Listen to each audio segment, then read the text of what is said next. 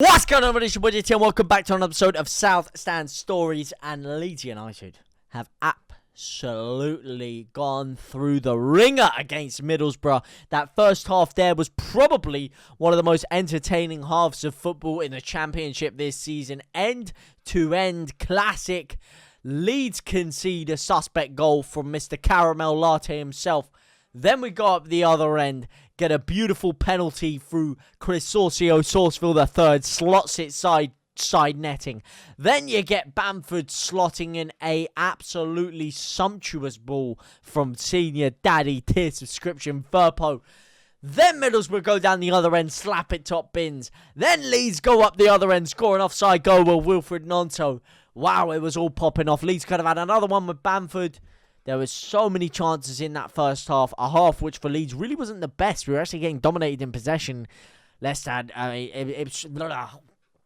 Ipswich, Middlesbrough had about over 60% possession for the vast majority of that half there. Leeds weren't really getting a good foothold of the ball, but what we were doing is controlling the game, not with the ball, not controlling the game by having a lot of the ball, but controlling how the game was played. Because yes, Middlesbrough had a lot of possession in my opinion, but it wasn't always threatening possession. They had a lot of set pieces, and they had a good chunk spell where Leeds were, after we'd scored and went 2-1 up, they had a little spell where they were kind of putting us under a lot of threat. But otherwise, Middlesbrough weren't causing that much damage with the ball that they had, and that's why I say they aren't really controlling the game as much, because I felt like Leeds kind of sat back and even allowed them to have a little bit of the ball at times and kind of picked the moments in which we would counter-attack. And when we did catch them on the break, we caught them on the break very well. And if anything, you could say Middlesbrough kind of played into our hands with the way that they tried to control a lot of the ball. And that's why we had so much joy on the counter-attack this game. A lot of joy on the counter-attack. And that's a spell of things to come. A lot of people are saying, oh, this squad going to survive in the Premier League if you did get there. Look at that from Middlesbrough. When a side comes at us and a side tries to attack us, yes, our defence, as you saw today, conceding 3 goals, isn't quite as good as we once thought it was. There are a lot of issues that need to be addressed there.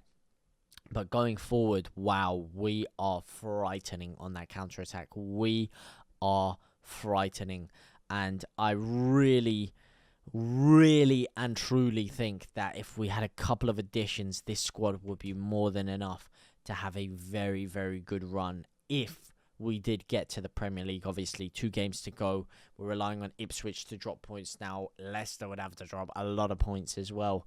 But Leeds now sit 1 point behind Leicester. They do have a game in hand, and there are 2 games left for Leeds. Ipswich still have 3, obviously. They're a point behind us, so we could do with them losing, and so it's back in our hands. But then again, we still have to go against Southampton on the last game of the season, the thing none of us wanted to really do, unless in some crazy universe Ipswich, lost 2 games, and Leeds only had to win 1 more, and we would be guaranteed them. But that's highly unlikely that that's going to be the case. And as I said, though, if we did go up to the Premier League, I think the players we have on the counter-attack with Rutter playing it through to Somerville, Bamford, maybe we'll get another number 9 in there in the summer. Gnonto on the other wing. It is frightening, man. It is frightening on the counter-attack, and I think we would cause a lot of sides a lot of shock and a lot of trouble, especially if we first came up. They would, feel quite confident playing against Leeds. They would probably attack quite a lot. They probably wouldn't fear us so much defensively, and I think we could cause teams a lot of problems. But that's the future. Let's not talk about the future. Let's talk about the present. Was the performance perfect? No.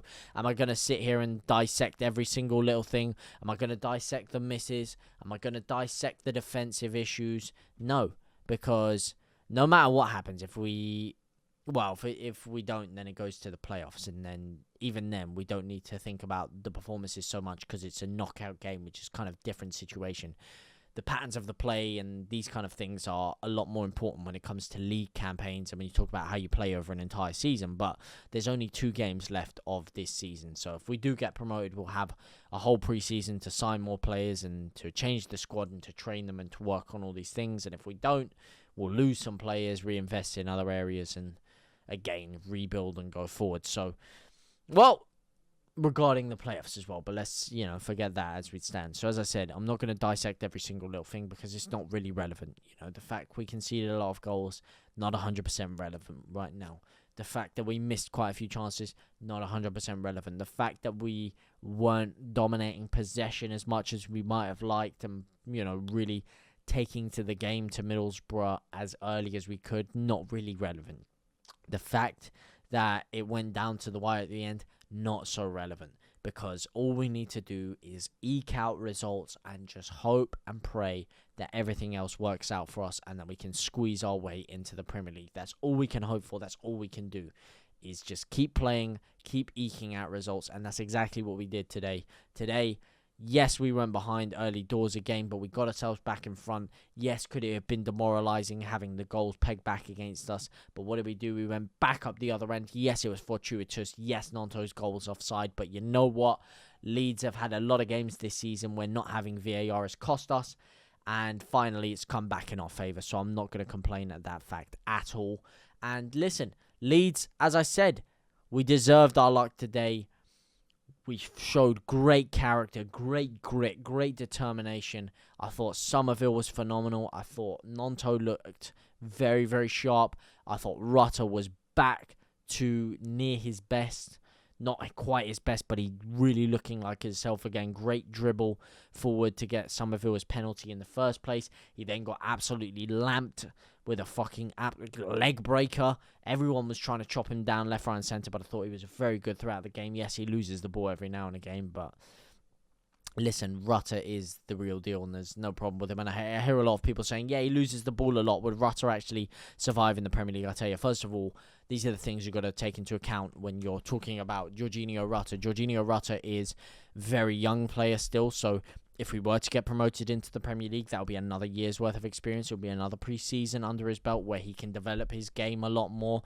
He will also be playing against people that are of higher quality, so they won't be thinking about Leeds' game as much. They'll be trying to attack Leeds, so they won't be thinking about Rutter and what he's going to do going against them like everyone else in the Championship is, because he's so much better than everyone else in the Championship.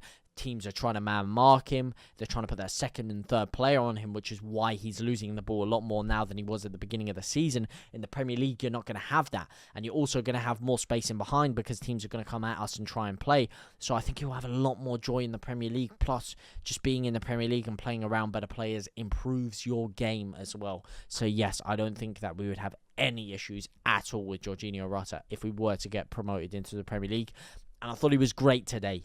I thought he was very, very good today. And so do I thought was Somerville. Somerville again, star of the show. Absolute rocket for the second goal. Top right-hand corner. You do not save those ones. And you don't let Somerville cut inside unless if you want Leeds to cause you some serious, serious harm. And just finally, before we do end the video, let's have a little second of honey glazing Mr. Senior Daddy tier subscription Furpo. What a ball for Bamford's goal. Absolutely phenomenal. Got himself a second assist for Somerville's goal as well. Obviously, that was, just a nice through ball and Somerville kind of did the rest. But the ball for Bamford's goal was flipping audaciously beautiful. Great fullback, great player, great team performance. And we move on and we hope and move. Please let me know what you guys think, though. What are your overriding thoughts after that? Do you think Leeds can do it? Do you think it's too little too late? Please let me know down in the comment section down below. For now, guys, I will see you very soon. Au revoir, my brothers and my sisters.